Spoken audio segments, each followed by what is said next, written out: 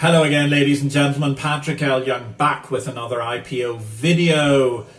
Don't let the snoozing pug in any way lure you into a false sense of security. This man has been trading Hong Kong derivatives at unseemly hours of the night and therefore deserves his nap. However, what I want to talk to you about today is stocks to buy at this point in time after we've had a very, very volatile market and a huge pull down. I'm not advocating you do buy them, but if you want to look at them, there are some interesting opportunities at all points in time. Indeed, there are always interesting opportunities where you have a complex investment environment and there's been a hugely volatile shake-up. Because let's face it, market panics tend to lead to panic.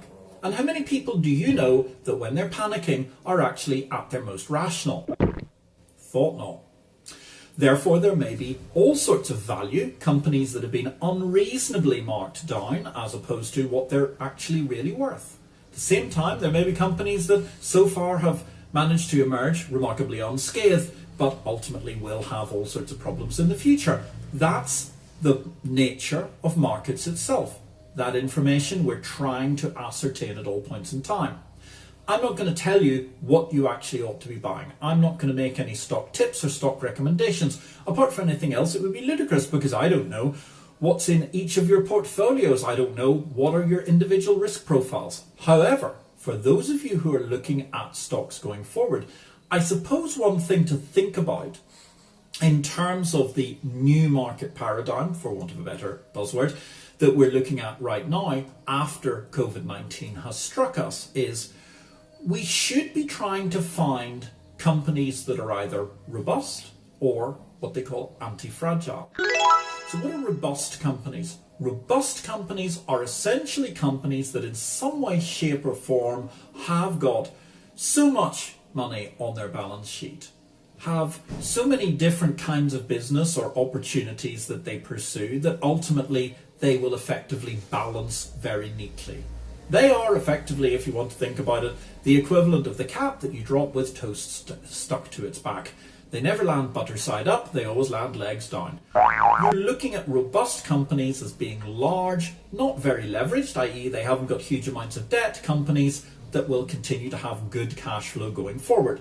So, things that might be in that field could be something like a supermarket, because let's face it, in lots of parts of the world, as you're watching this video, you can't even get out to the shops in order to do some retail therapy. That gives us a clear understanding that the shops that are open, being supermarkets, being the places where we need to go every day in order to manage to buy our food and all of those provisions we need for daily life, probably do actually reasonably well in the times of different recessions and different market upheavals and problems caused by economic crises. At the same time, there's a second type of company you want to be looking out for. Those are what they call anti-fragile. Now, anti-fragile is a kind of new buzzword, but essentially what that means is it's a company that's come from previously doing whatever it does and not being particularly highly recommended, regarded as essential, a hugely important aspect of daily life.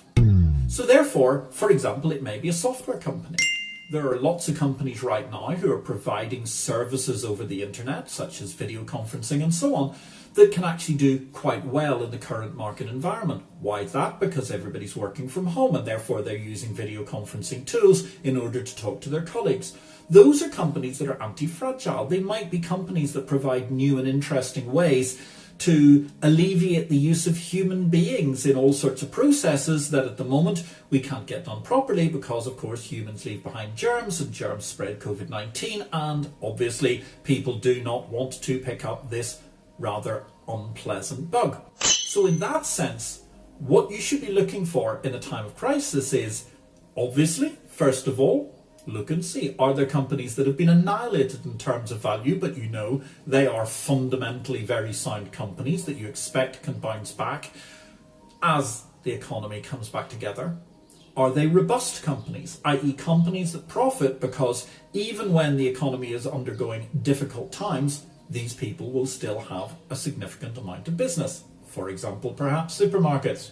And then we're looking at anti-fragile businesses, anti-fragile being quite often a digital vestige of the new thing these days. They are the companies of the future. And suddenly, having played B-movie roles at best, they probably only had walk-on parts in small bits of television until now, they've arrived centre stage in the big A-League pictures because they've become a product that we're increasingly using regularly as a result of lockdown, and indeed they may be providing a service that's going to be very useful to us all in the future, no matter how the world develops after the COVID-19 process. So remember that. Look for companies with lots of cash, look for companies that are very undervalued, look for companies that are robust, and indeed companies that are anti-fragile. They're the sorts of things that if you can invest in them with the right timing, they're going to enable you to sleep as soundly as a pug on a sunny afternoon. My name is Patrick L. Young. Thanks for watching Toby and myself in this IPO video.